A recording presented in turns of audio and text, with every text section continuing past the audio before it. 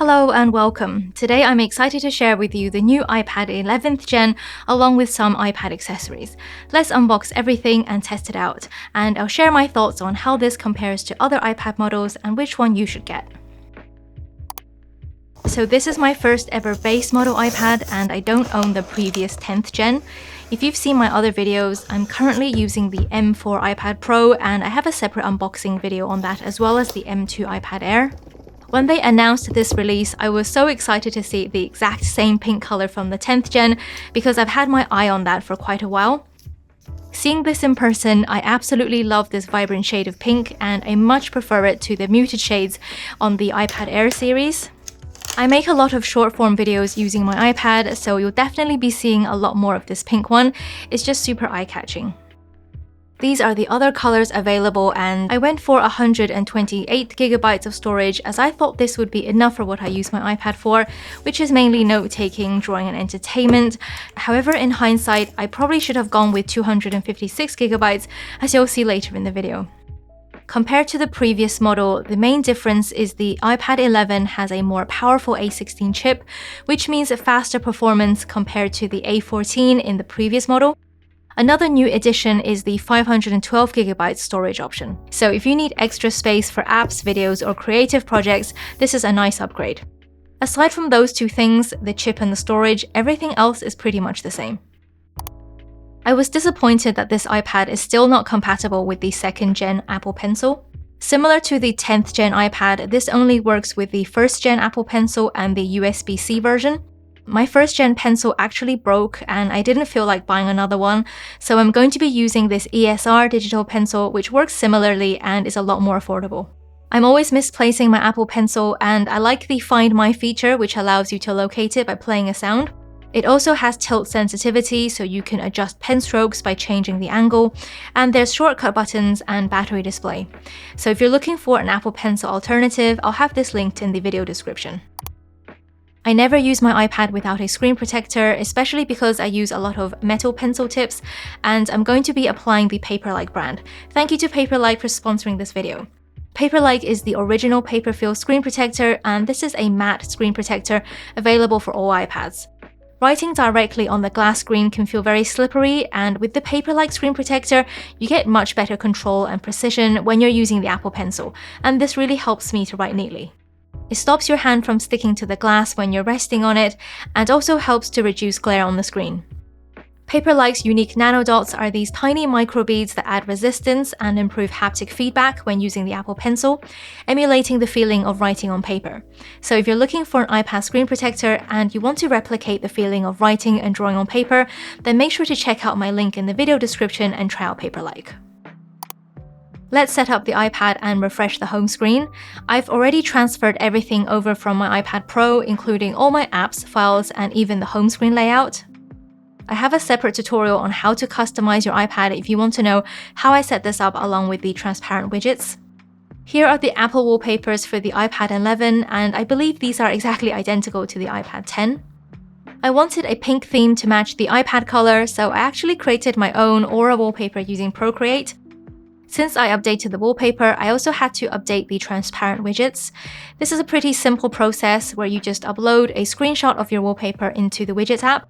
If you need a more detailed tutorial on how to do this, it's all covered in my home screen customization video. I also customized my lock screen and added some widgets from various apps. To make them stand out more, you can customize the color, and this also applies to the widgets and the time display. Now let's see how the iPad handles some of my most used apps and everyday tasks. I mainly use my iPad for digital planning, journaling, and note-taking, and so far the experience has been great. Here I'm using Kilonotes app, which I recently made a full tutorial on how to create aesthetic notes on your iPad. Writing feels responsive, images import quickly, and navigating through notes, whether using hyperlinks or organizing pages, is smooth and efficient. I've used different iPads over the years, and for everyday note-taking, this is a solid option, whether you're a student taking notes for school, attending meetings, or using a digital planner or journal. Compared to my iPad Pro, I honestly don't feel that much of a difference in the overall note-taking experience, except for the OLED screen on the Pro, which is noticeably brighter, but given the huge price difference between the two, I think this iPad offers incredible value, especially for students. If you're interested in digital planning on your iPad, check out my beginner's tutorial or plan with me videos to find out more. I love using my iPad for drawing and creative apps, and Procreate is my go-to for creating digital stickers and iPad wallpapers. I also have a variety of other creative apps that I use for fun and relaxation, and everything ran smoothly without any noticeable difference in performance compared to my iPad Pro. That said, my drawings tend to be fairly simple, so I can't speak for advanced Procreate users who work with multiple layers, complex brushes, or animations. If you're someone who creates highly detailed artwork or large-scale projects, there may be some difference in performance, but for the average user, I would say this iPad is fantastic for drawing and creativity. The screen is responsive, the Apple Pencil feels fluid, and overall, it's just a great device for anyone who enjoys digital art. For my iPad accessories, I got the ESR Shift magnetic case in blue this time. I like the versatility of this iPad case because of the different positions. I can use it for different tasks like drawing, journaling, browsing, and watching movies. The cover is also detachable, so I can just take this off for a more lightweight feel. As a stand, I would say this is pretty stable for writing and drawing on. I also got the ESR keyboard case as an alternative to the Apple Magic Keyboard. I love the white design and the magnetic attachment feels very secure. I find the keyboard pretty easy and comfortable to type with, and the trackpad also feels very responsive. There's also finger gestures for things like changing brightness and audio control. All my iPad accessories are linked in the video description if you're interested in checking them out.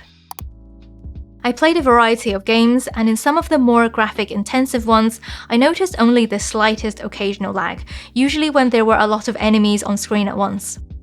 This was while running the games at maximum graphic settings, which makes it even more impressive.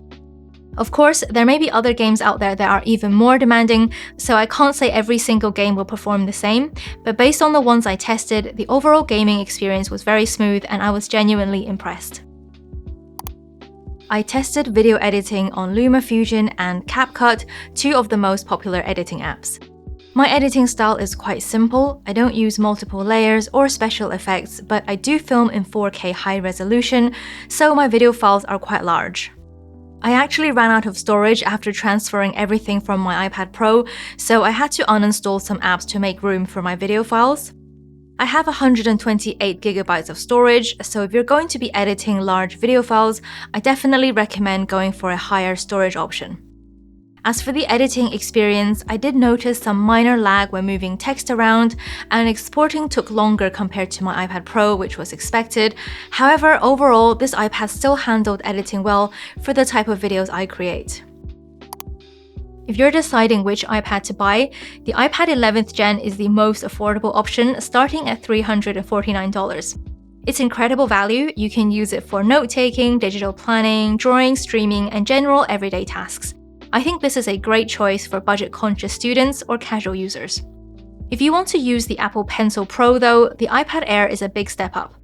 It has a much faster chip, comes in a larger 13-inch size, and includes premium features like a laminated display and higher storage options. It's a great balance of power and price, perfect for creatives, professionals, and anyone who wants a more responsive experience. Then there's the iPad Pro, Apple's premium tablet with the best display, super thin design, and top-tier performance. But unless you're using it for things like high-end creative work or demanding apps, the extra power might not make a big difference for everyday use. I have a separate unboxing and review video on the M4 iPad Pro, so check that out if you're interested. I think the iPad 11th Gen is a solid choice if you're buying your first iPad or upgrading from an older model. However, if you already have the 10th Gen iPad, there's not much reason to upgrade. The changes are pretty minor. It has the same design, same display, and only a small performance boost, plus some extra storage. If you were hoping for a major redesign or exciting new features, this update doesn't offer much, so it might be worth waiting for the next refresh. That's all for this video. Let me know in the comments your thoughts about the iPad 11. If you found the video useful, please give it a thumbs up and don't forget to subscribe to my channel for more digital planning, iPad tips and tutorials. Thanks for watching!